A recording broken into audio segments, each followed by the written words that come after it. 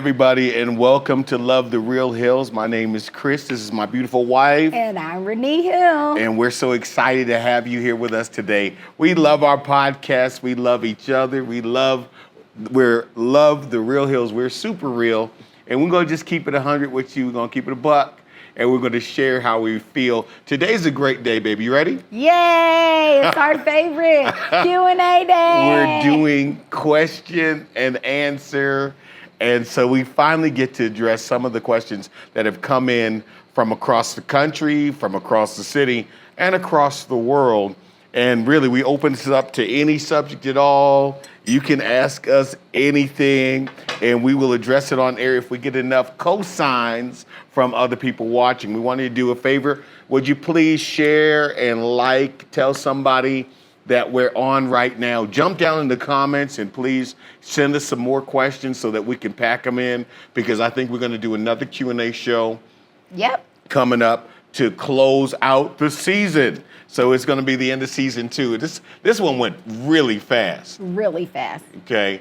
But are you ready? I'm ready. Okay. All right. So we're going to jump right into the first question. The first question that they had for us is, they said, Chris and Renee, do you think that women care more about the wedding than they actually do about the marriage? Do modern women care more about the wedding than they actually care about the marriage? And this is going to the fact that men are feeling so pressured to provide her this perfect wedding experience, and she needs a multi-carat ring that is a Cartier cut, and then of course we got to go on the dream honeymoon that is instantly Instagrammable. And so fellas are kind of feeling at the end of all this that she cares more about, I done dropped $100,000 on a wedding, and then we come home from the honeymoon and we're not prepared to live. We're not prepared to live for the marriage. And Woo. Yeah, it's a lot. Well, hold on. First of all, I need to back you up. You said men are feeling the pressure of producing this $100,000 wedding, or $30,000 or $50,000, whatever it is, this huge wedding. Yep. Can we just start there? Okay. Let's just start there, people, and let's clarify some things. For all the ladies out there, I just want to help you out, women, and you men. Technically, the way it works is the man is responsible. Now, I'm getting these statistics from life and knowledge because I've done many events. I've done many weddings. I know what is expected at a wedding. I've planned weddings. I have hosted them. I have designed them. I have coordinated them. How many? I can't even count. I've done so many. I can't even tell you how many I've done over the years. Counts. And being in the beauty industry. So straight up countless. A lot. Okay. A lot. At one point, there was like a 5-year stretch where I was doing multiple weddings every single week. Multiple. At least 3 to 5 every weekend. Okay. So hundreds of weddings at this point. So first of all, let's start at the top. Now, whenever a black woman says, first of all, okay, that means she has an extensive list. Okay, but she's going to just start off with the first one. All right, so take it away. First of all. First thing, let's start at the top.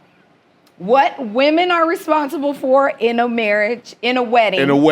And what men are responsible. Yes. Number one. Men are responsible. Ladies, get your pens out. Get your wallets ready. Get your minds right. Men are responsible for the honeymoon. The honeymoon. The ring. The ring. The rehearsal dinner. Rehearsal dinner. And that's it. And that's it. Okay? All the right. ring. So the engagement ring. And the wedding ring.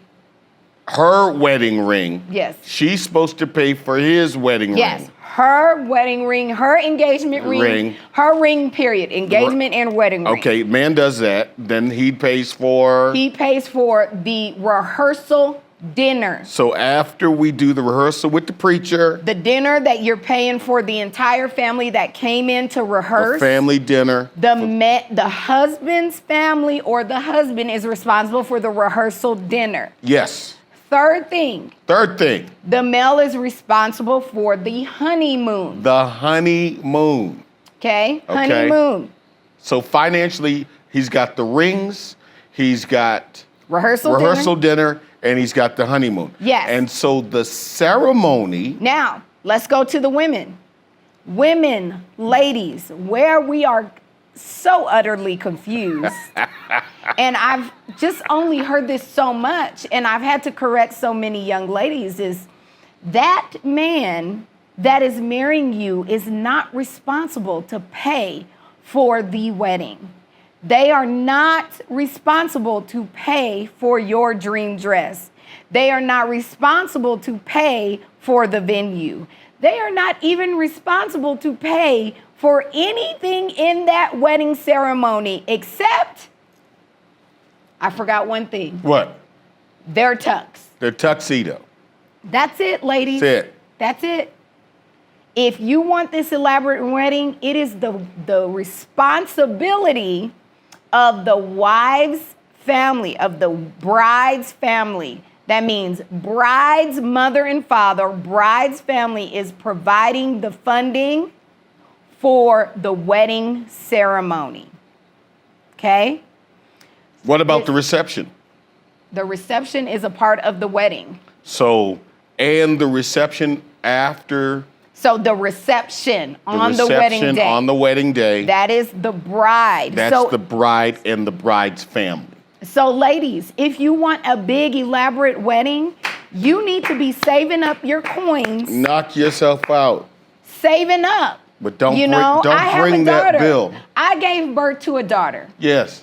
And when she turned 7 is when I realized she was going to grow up and one day get married. And so I said, oh, she's a girl. I'm going to be paying for a wedding. Right. So I started saving money when she turned 7 Dang. for her wedding day. I don't know what she's going to want. I mean, thank the Lord in heaven, I have a very, very simple daughter who is Right. an introvert. She doesn't like big shindigs and all of that. So she'll probably want something small and quaint and, you know, somewhere at a destination, easy for everybody's life. Like Thank us. God. Thank God. But I have been saving so that when that day comes, Right. I don't have to say no. So you've been saving for 10 years. Yes, she's 17 now, and I've been saving for 10 years. I have Leia's wedding fund, just like I did with her car. Right. I knew one day she was going to grow up and wanted a car. I had been saving up for her to get a car so that when that day came, I wasn't going to have to get her a junker. Right. I could get her something that was reliable, good in the snow, German. something she would like, German and brand new. and brand new with Okay. a warranty. Yes. So if something did go wrong, Not an extended warranty. I would know that my the daughter original is warranty. safe. Right. So anyways, I say all that to Okay. say, ladies, So- there shouldn't be any pressure on the male about the wedding.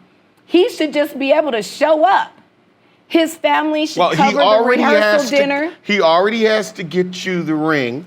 That's supposed to be 2 to 3 months of salary, and then he's already on the line for his tuxedo. He's on the line. He's got to feed your family at the rehearsal dinner because the reception is not on him. No. And then he also has to provide the Instagrammable honeymoon experience. Which is a lot.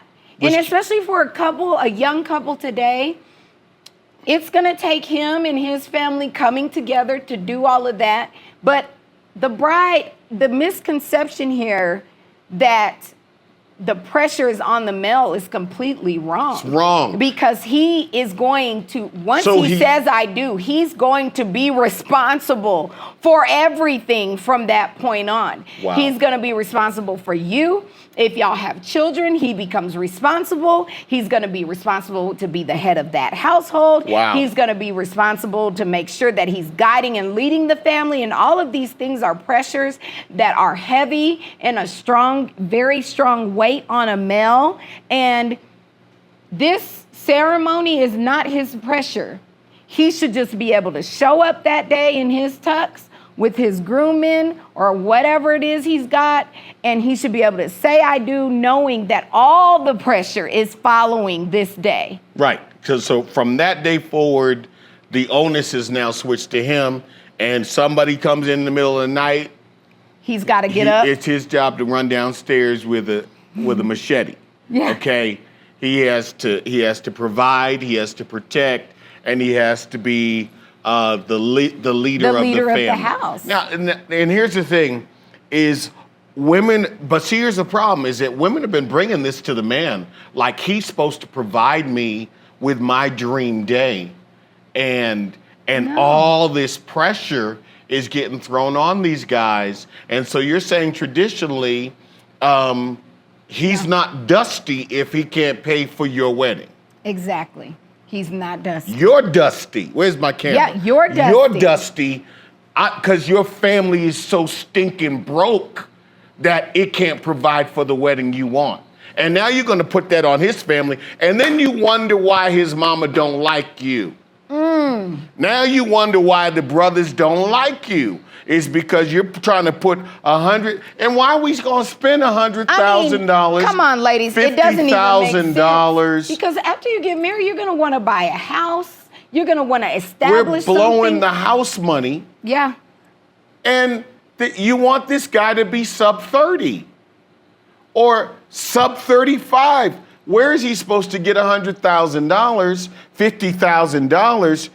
He's already trying to buy this perfect ring to ice out your hand, and he's still got student loan debts. Heck, you still have student loan debts.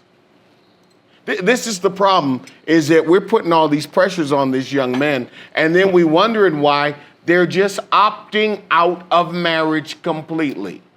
They're just saying, hey, holla at me when I'm 40 and I have enough money to provide this dream. And then when they're 42 and they want somebody 23, now you're mad. And I mean, kudos. I applaud the men in the world that do have the financial wherewithal to be able to do it, and they want to, and they're offering, like, hey, here's your budget, 50 grand, do what you want, 30 grand, do what you want, 100 grand, do what you want. That's fine. Yeah. But there shouldn't be a pressure. Shouldn't be pressure. It shouldn't be a pressure. It's not his responsibility. Now, because responsibility is different than wantability or Right. I can do, I want to do this. I'm giving this as a gift. That's different than responsibility. But this day and age, what I'm seeing and hearing from a lot of these younger women is, or women in general, even older women, is that he's supposed to pay. And he's supposed to give me the money. No, he need to pay for this. I want a $10,000 dress. And he said, I can only spend $2,000. Well, girl, you lucky he's spending $500. Especially if he got to buy your. It's not his He responsibility. got to buy your dress at the parachute shop.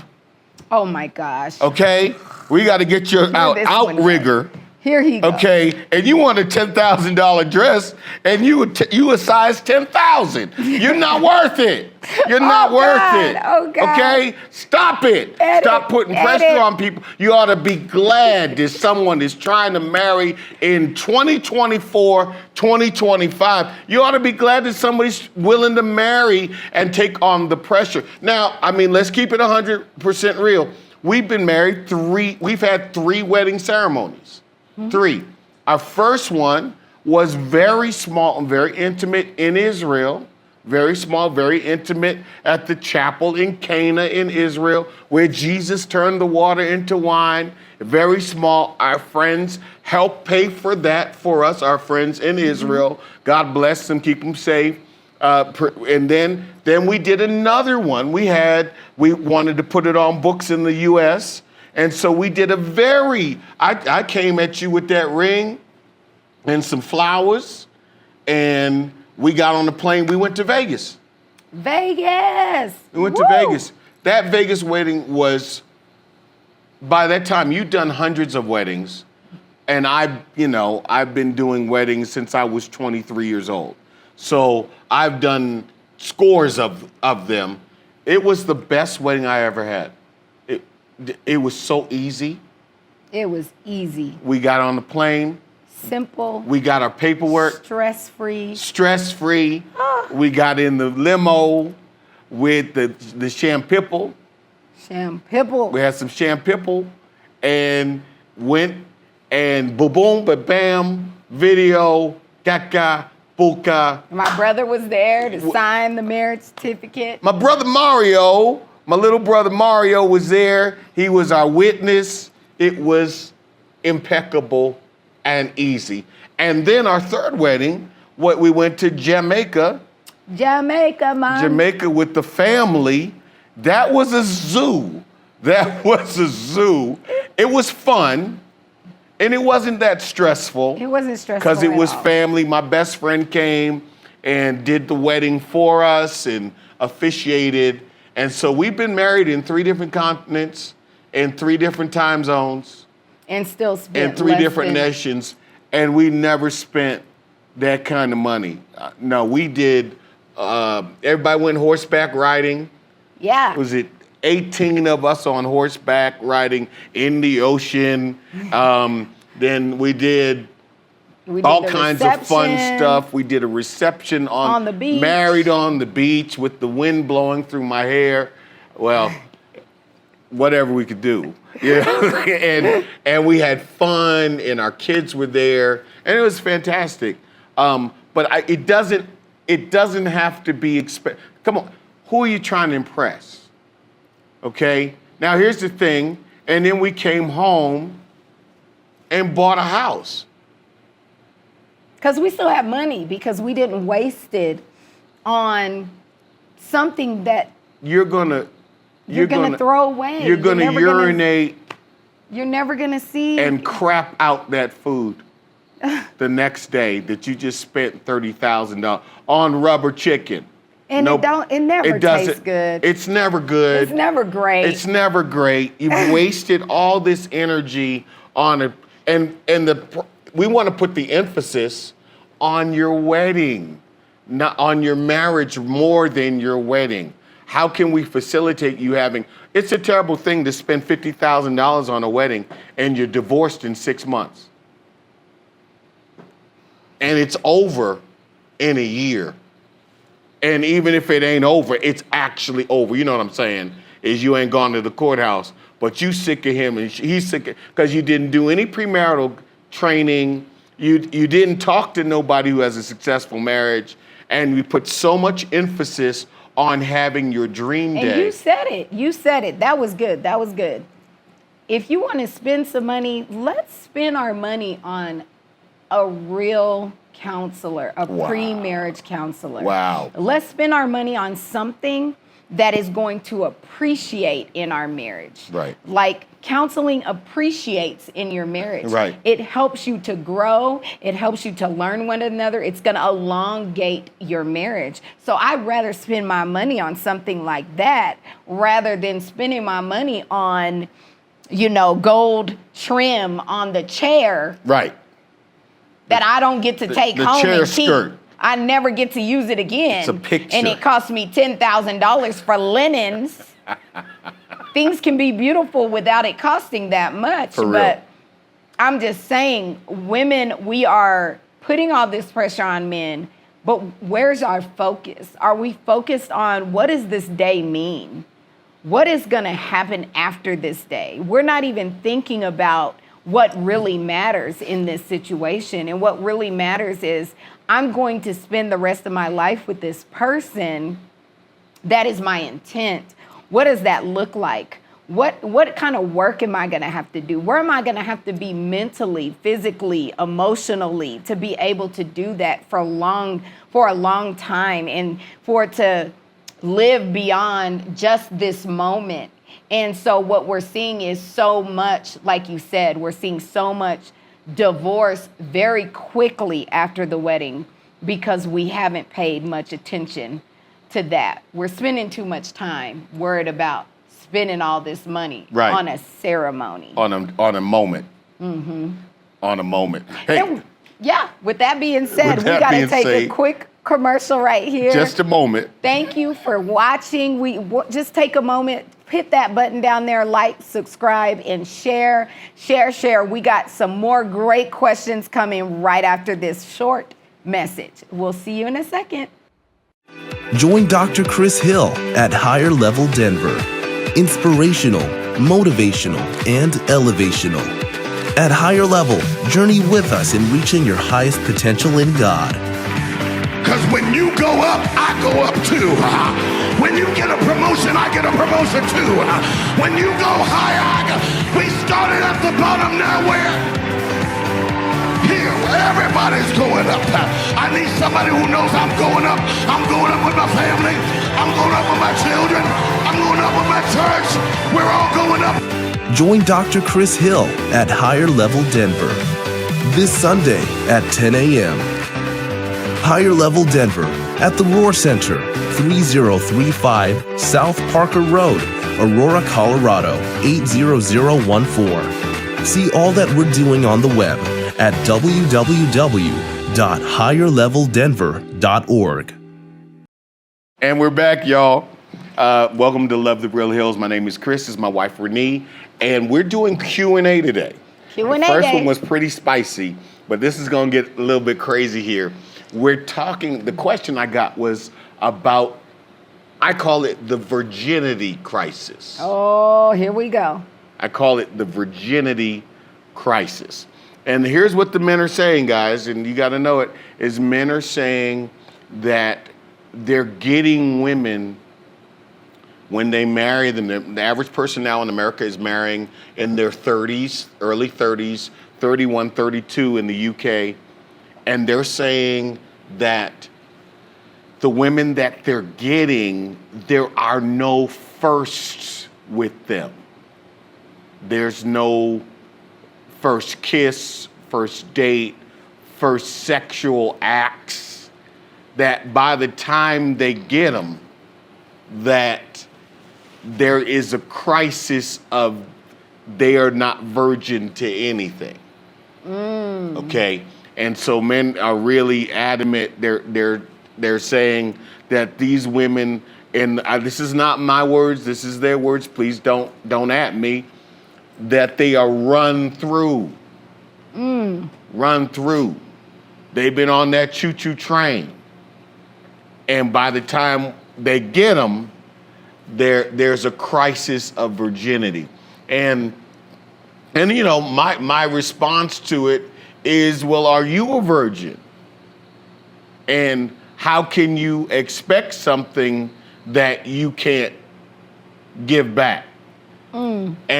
But there is an obvious, very double standard, is that men feel like that they can have all kinds of experiences, but they want to have a certain level of firsts with their bride.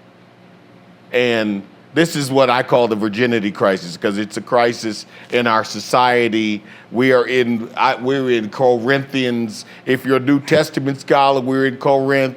If you are a Rastafarian, we are in Babylon, okay? And we're trying to act like people are still virginal, but men are expecting a virginal experience, even though they are not necessarily themselves anywhere near virginal. What do you think about that, Mrs. Hill? Well, first of all, I think men, Lord help them, men, it's their fault.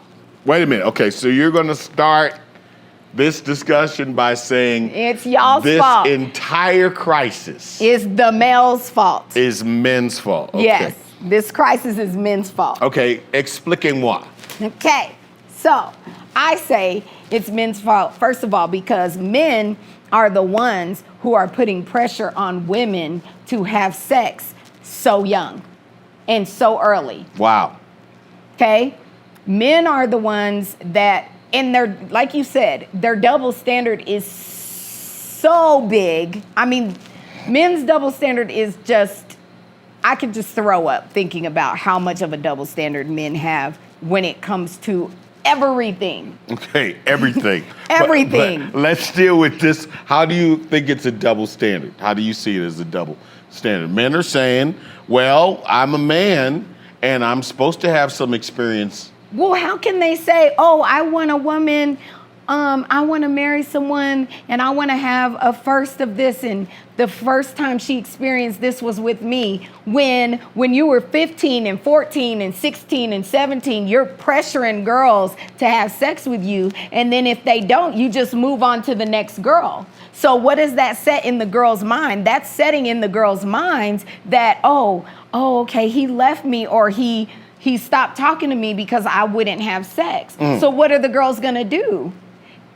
We've been designed and created since the beginning of time to be drawn to be with the opposite sex and be attracted to the opposite sex, not just physically, not just the way they look, not just mentally, emotionally, but just to want and desire to be in commune, to be in a relationship with that person. Okay. Okay, so that's not gonna go away. But if the male is putting out, what you're throwing out says, oh, the only way you can attain me, the male, the Right. only way you can attain the male is to have sex or to have these experiences with them.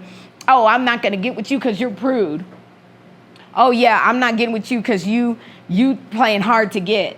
And so after cycles and cycles and generations and years and generations of young women, trying to have a relationship with a male and trying to be chaste, which they used to be well more chaste than they are this day. But this day and age, I will tell you, the pressure of sex starts at like age 12. Wow. For girls. 12. Really 11 for girls, when they start being pressured like sex or sexual acts, oral sex. Oh, let me touch this. Let me feel on that. Let me do this. Let's do that.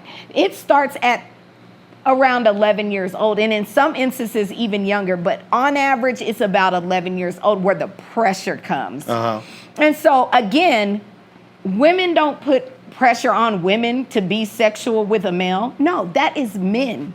That is males putting that pressure on women from a young age. And so what happens is over time they realize if they're not going to take that pressure, they're going to be like, nope, I'm going to be chaste, if they were raised that way or whatever the case may be. If they decide that for themselves, they don't want no STD, they don't want to deal with all of that, they don't want to get pregnant young, whatever reason they chose to be chaste, what they're seeing over the years is that men leave them. Or men don't want nothing to do with them.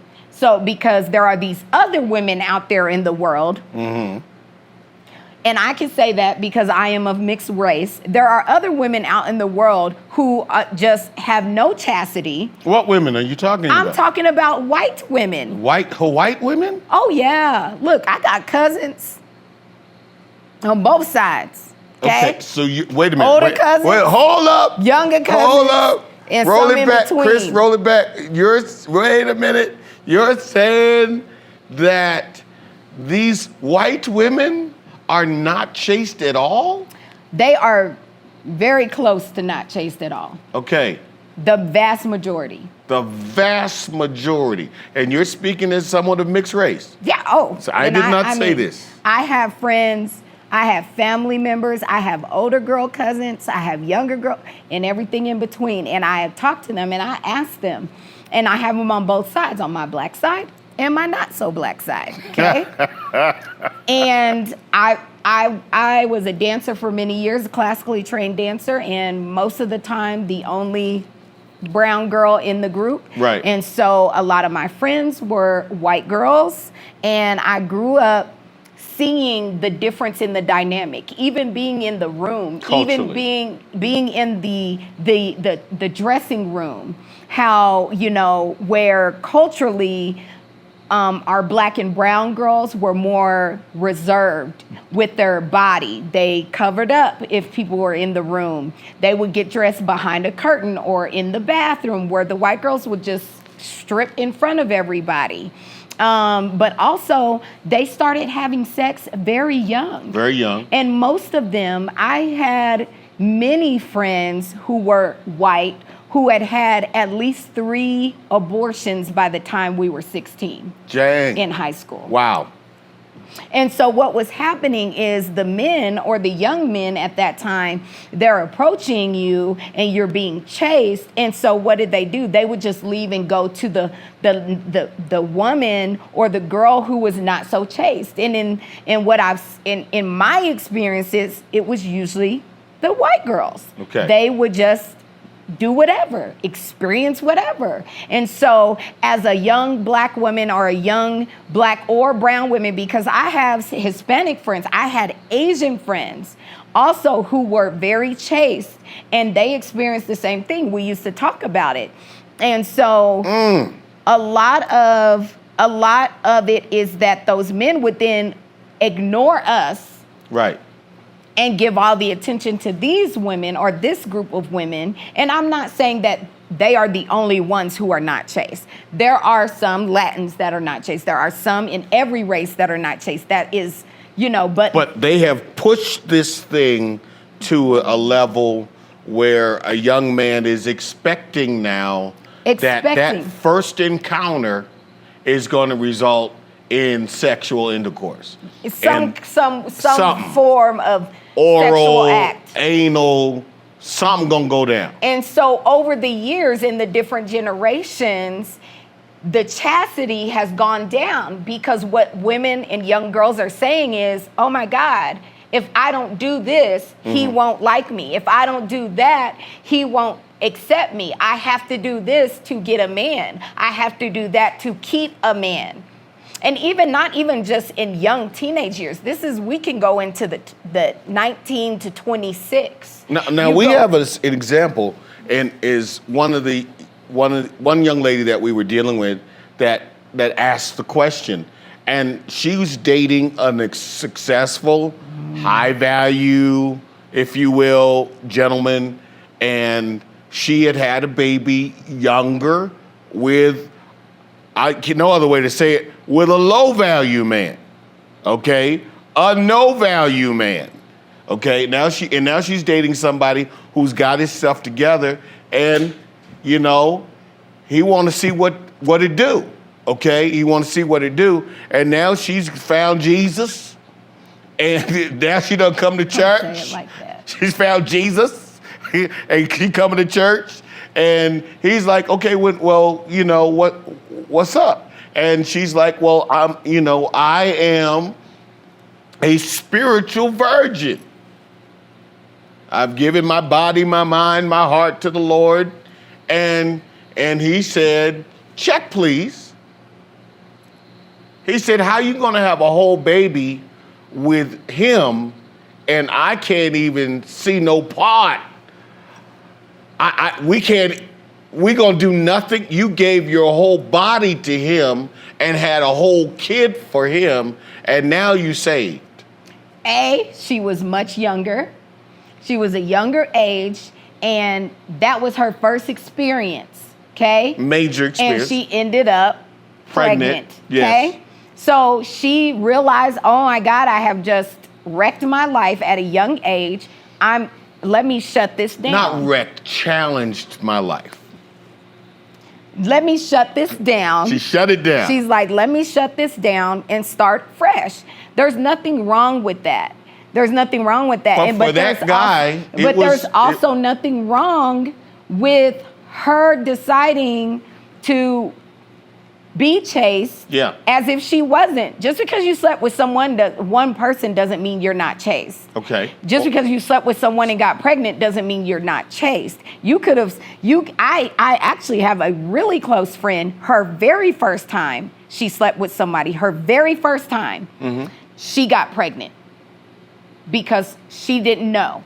She didn't know what to do, what not to do. She didn't know because she didn't have a mother who told her about that. Her mother just said, don't ever do it. She didn't break it down. Right. So her very first time she had sex, she got pregnant in high school. Wow. Okay? After that, she never had sex again until she was grown and married. Because she's chaste. Because she's chaste. Okay. She didn't know. She was with that person. They had been together for all of high school, and he asked her to have sex, and she said yes. Okay. And she did it. And for her, it was like, this is the only person she's with. She planned to be with him for the rest of her life. Right. That was her plan. She said okay, and she got pregnant, not knowing she was going to get pregnant on the first time. She got pregnant. She never slept with another person until she got married. Wow. Okay? And so for her, with that first guy, they were young and dumb. They didn't know nothing about she didn't experience a bunch of firsts with him. She experienced first having sex, but she didn't experience other things in the romantic realm of being together with someone. So when she did get married, she did have other firsts that she never experienced with that guy, because it was just her first, But what I'm saying is, if there wasn't a pressure from young men with these women to have sex and do all these sexual encounters at such a young age, they wouldn't be talking now in their 30s and 40s about these women not having any firsts with them. Right. Because the reason they don't is because they're doing all of these things to get the man. Like you said, that man said, check please, because she wanted to be chaste. You can't ask for someone to be chaste and then get mad when they're chaste. That's a double standard. Right. Well, I think men see certain women, and women need to know that they see certain women as just, you're not Mrs. Right, you're Mrs. Right now. And that's why it's important for women to be chaste. They have to know up front that this guy, that just because you gave him sex doesn't mean he's going to stay. In fact, depending on where his head is, and that's where, where we have to have real conversations, because these guys are now complaining on the other side that everybody's run through and there's no first with anything. And I think that's stupid of an argument. I can't tell you the first time I had steak, but I still go to the steakhouse. Okay, anytime I can. Is if it's good, it doesn't need to be first to still be good. And I think we're putting it at a place where they're putting a premium. If we have women who are sexually active at a younger age, we have taken the church out of the equation completely, y'all. Okay, so we take it out. It's just, we're dealing with chastity just for chastity's sake and the value. And so if the value of a woman is her womb, is her purity, is that man having the opportunity to have some first experience with her, if it's her. So it's not the other girl, this is you, it's not the other man, this is your first together. And we're gonna have to normalize building a relationship together like there was no other history. Because sadly, in this society, we're gonna have a hard time finding virgins. Yeah. And then I'm finding men who, when they get a virgin, then they're mad about that. Exactly. Double standard. Men have a huge double standard. They're mad if she's a virgin because she don't know how to do nothing. You don't want to teach her nothing because you're lazy, but you want her to be chaste and you want her to not have a lot of partners. You want to have first with her. Then that means you're going to get someone that hasn't done nothing. So like either way it goes, men are just dealable. They're unworkable. Let's just put it that. Men are just I'm not saying they're unworkable. It's just no one has sat them down and said, look, if you get someone who doesn't have a lot of experience, then you can tailor make them to what you like to do.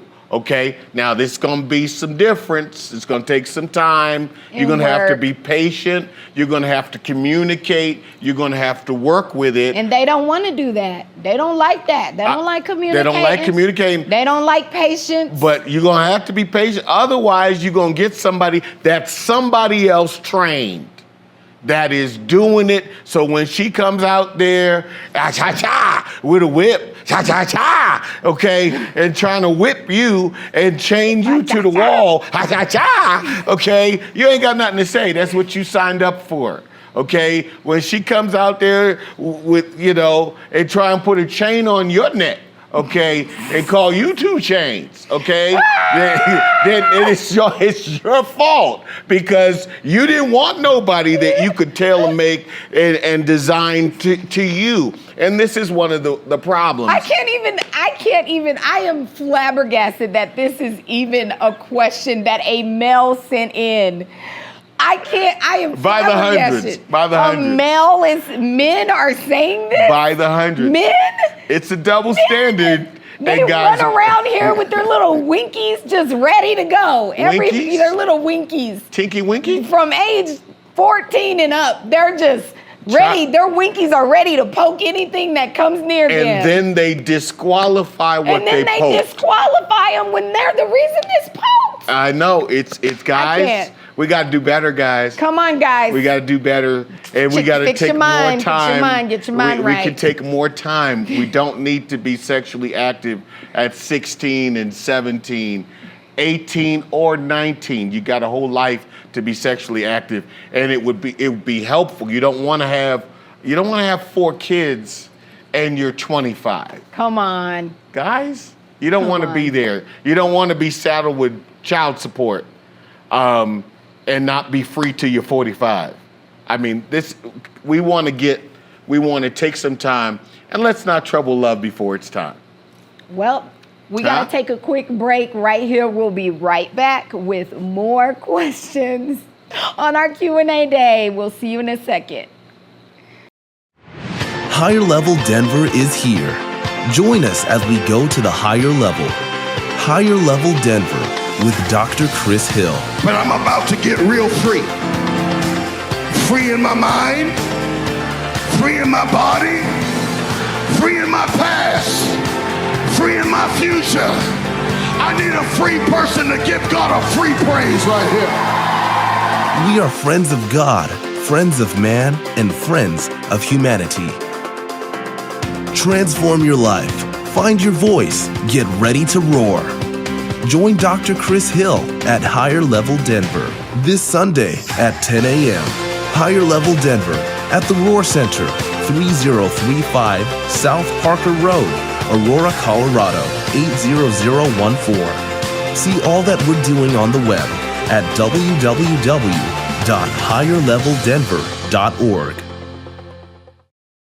Okay, this has been fun. Welcome back. Welcome back. It's Q&A day on Love the Real Hills. And this next question, man, okay, we've already been fighting in the studio, so we might as well just put it on the record. Let's put it on the record. Put it on. Okay, because the question is, do men want natural women? No. Can I? No. Can no. Can I no. just frame no. the question? No. Do men are saying that they want natural hair? Men are full of natural eyelashes. Full of it. Natural breasts. Full of it. Breastises, and natural booties. Full of it. Okay, and that there's quite booties, and there's quite a revolution against all of the enhancements that have been coming, the BBLs and the BBBBLs. I mean, it's just, out there. You know what I'm saying? Just sit something on there, and then the hair, and I saw some eyelashes, and before I get to the eyelashes, the eyebrows. I have seen eyebrows that just don't move. They're browish. They're painted beautifully, but I mean, it make Mr. Spock jealous. Okay, and if you don't know who Mr. Spock is, just Bert. Oh, Ernie and Bert? Yes. Okay, I've seen that too. I've seen people, they're permanently asking questions. Okay, they're just surprised. And I'm like, okay. And you know, I'm a pastor, so I can't say, you look stupid. Okay? You just look stupid. Because I'm a pastor, but I do get to think it. Jesus will let me think it and ask for forgiveness later. Okay, and then, but the eyelashes that they look like you have. Do it. What's the motion? It's like it looks like you have a small bird. It's a small bird, you know, and the wind. And what is the baby hair? Oh, please don't get me on the baby hair. The baby hair. Please don't get me on the baby hair. Number one, you can't be me and have baby hair. That's what I'm saying. You can't look like this and you're pulling from your vaginal region, okay? And it's just down here, and you got the slick on it. And it's just pulled down here, and I'm like, what the hell? What is that? And, you know, but we don't see men. We don't say anything. Because y'all are the reason why they're doing this, all right, so let's repost the question. I've just created the scenario. Do men want natural women? No. And your answer has been consistent. Consistent from the onset of the question. You say no, Mrs. Hill. But I know men say yes. But I know the real answer is no. All right, so you say men don't want natural women. No, they don't. Explain to us. Again. Share with us. If men wanted natural women, all these women walking around here with the, birds on their eyelashes, the Spocks on their eyebrows. Spocky. And the BBBLs on the back that you can sit something on, the men wouldn't be approaching them. The men wouldn't be giving them attention. The men wouldn't be talking to them. The men wouldn't be dating them. The men wouldn't be marrying them. If the men didn't like that, then they wouldn't be entertaining it. But the thing is, the men are entertaining this. And I don't care, even if they're entertaining it because they think it's funny or it's a toy, it's just a play toy for now. Oh, it's something fun for now, but I won't bring it home. I'm not gonna marry that. It doesn't matter, you're still entertaining it. So you're still taking away your time and attention from the woman who isn't that way. You're still the natural woman. Yes, the natural woman. The woman who has not decided to, BBL herself up and fake boob herself up and inject Botox everywhere in her face. Yeah, I saw this lady. I saw this lady on the news. She was on the news, and I was shocked. You okay? He laughed. she was on the news, and I'm just trying to watch the debate. I'm just trying to watch Donald Trump. I got to watch out for Trump now. You never know what's going to jump off with Trump. And so I'm watching, and this lady, she's a commentator, and the lips, she had soup coolers. She had bona fide, and she was a white lady. She had bona fide soup coolers. I mean, soup coolers. She could cool your whole soup with one blow. She had black lady lips. It was something amazing. And I asked you, where you think she from? And you said from Botox. I did. And you had to explain the whole thing to me because I'm like, wow.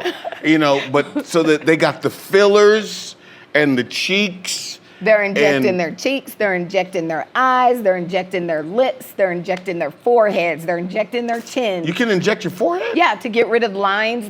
Some people get lines. They get lines here. They get lines in their forehead. Wow. And so they inject them to So, make them. and you're saying that this is men's fault. You're saying that men are saying to women, I have never heard a man say to a woman, you would be awesome if your butt was better, if your butt was a refrigerator. I don't know what men say. What I'm saying is, I've never heard a man say to a woman, I would like you much better if you had claw-like talons. Now, I've seen some shows where men are on there with the women, like those botched, and like they have some reality shows where the women are going to get their, what do they call it? The 360 lipo 360 and the mommy makeovers all of that, which that's understandable. Like, especially for some of them that had like situations when they gave birth to kids. What do you mean situation? So some women, when they give birth to kids,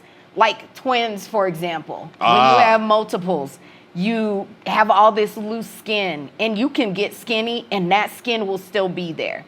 That I understand. Yes, you want to have a mommy makeover, get rid of that loose skin, tighten it back, get the tighten tummy it back. tuck. Sometimes there's something that happens with women, even non-twins, where when their belly grows, their actual abdomen, their abs separate. And when it's supposed to be, when you have the child, your stomach goes back, it's supposed to close back up. But for some women, the abdomen Is it wall a baby never, or is it Aliens 4? Well, I'm just saying.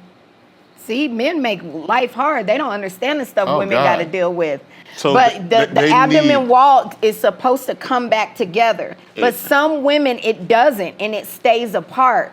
And so when that happens, they have this extra fatty tissue in the middle right here in their Okay. stomach, that the only way to fix it is for a doctor to go in, cut them open, sew their abdomen wall back together, Dang. stitch it back together, and Dang. then remove the excess skin No. and fat that they couldn't get rid of because of that reason. So there you are mommy medical makeovers, Yeah, tummy I tucks, understand that kind of thing when Lipo it's an 360. issue, something happened, you had a kid, and you just want to feel good for yourself. I understand that. And there are probably hundreds and thousands of women out here who say, oh, I got a BBL for me because Yeah. I like it. I want my butt to look good. That's but what why? they say. But why? But that's what they say. But why? Because they want their butt to look good. No, they think their butt's gonna look good for the attention of a male. That is really why, You because think it's all about the men. yes. The Women dress. don't sit around here like, oh, I need to look good for my homegirls. No. But they say, I'm doing it for myself. Lies. That's what they- I'm telling you that these women are not being honest. They are lying.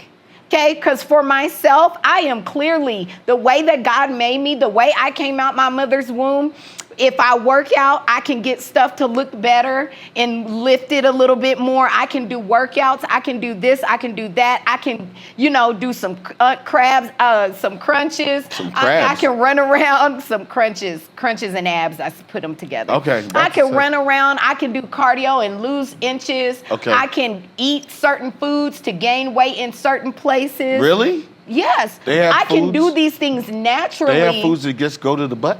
They have foods that help the butt. They have foods that help the boobs. Really? Yes. Wow. Naturally. But I'm just Okay. saying there are things you can do. If it was about you, you would love you the way you were created. You would love you. See, the they way don't, you were but they don't say created. that. I'm listening. I watch them on the Talk Tick, and I watch them on the Talk Tick. on TikTok, and I watch them on Instagram, and the way they frame it is, I did this for me. This makes me feel better, and I got my lips It and makes my them eyes feel better and these, because and my nails. they can attract the attention of men. That is why they feel better. They feel better because they feel like if they look like this is what men want. If I look like this, I can attract a man and I can keep a man. Wow.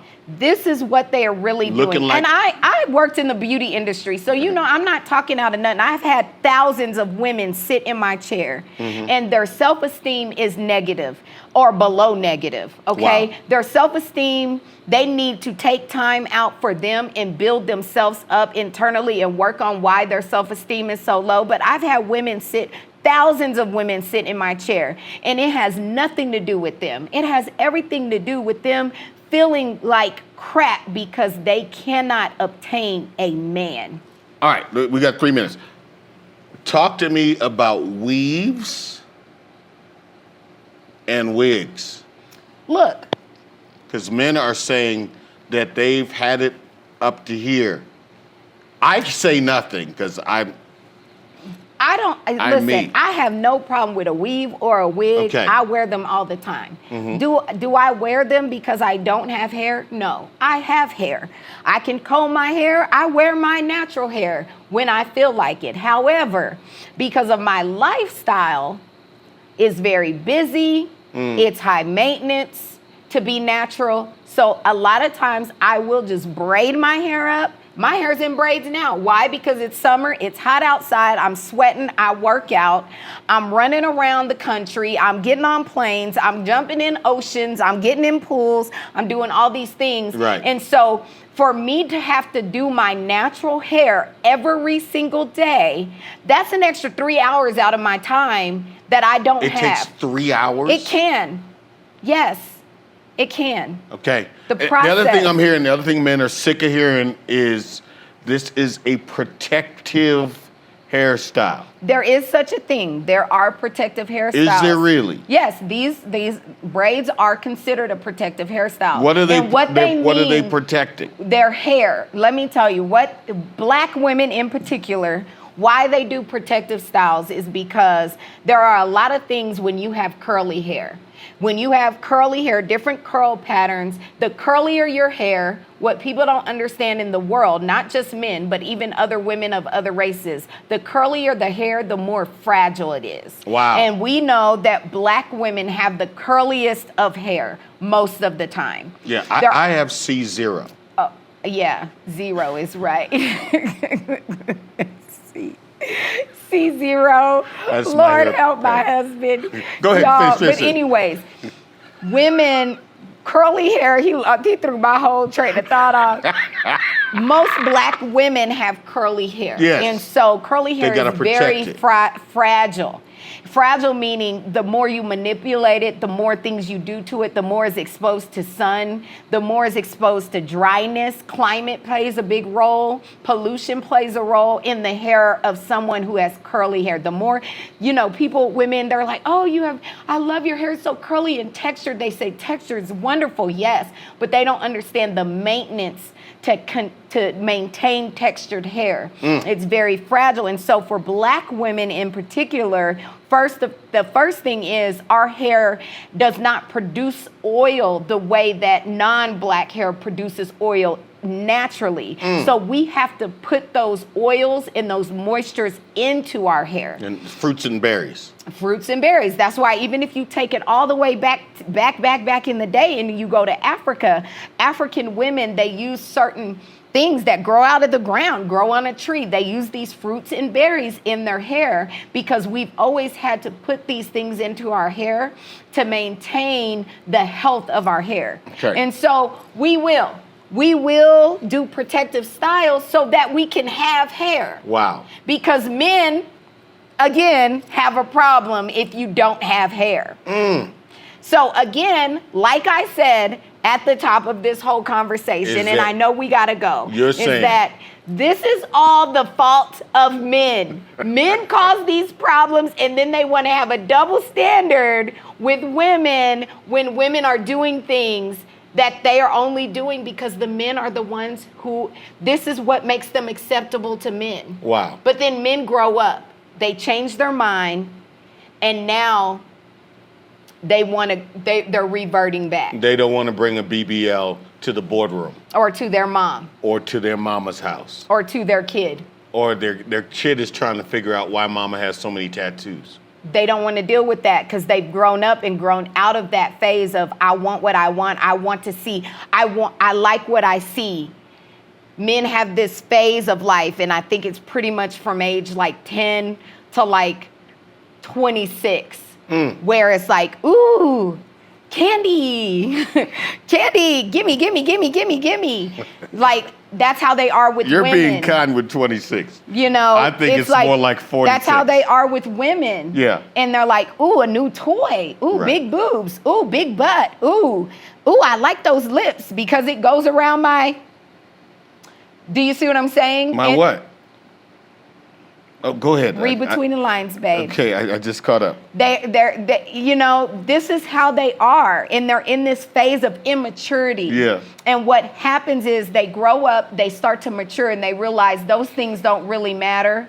As they get older, what matters is I want a woman that's going to raise my kids right. Wow. I want a woman that's going to take care of the house. I want a woman that I can depend on. I want a woman that supports me. I want a woman that loves me for me. And so they realize that those things don't matter no more. And now they're saying, oh, we don't like this. We want a natural woman. But all this time, you've just been telling women not to be natural to get you. And now you want to throw them to the side. And so, again, double standard of men. Okay, then we're out of time, guys. Thank you for your questions. Please put more questions down in the comments. Do me a favor, take a moment to smash that like button and to share. Get it out there. This is Love the Real Hills. My name is Chris Hill. And I'm Renee. And we love you. We love God. We love each other. And we love you. We'll see you next time. Bye. This is fun.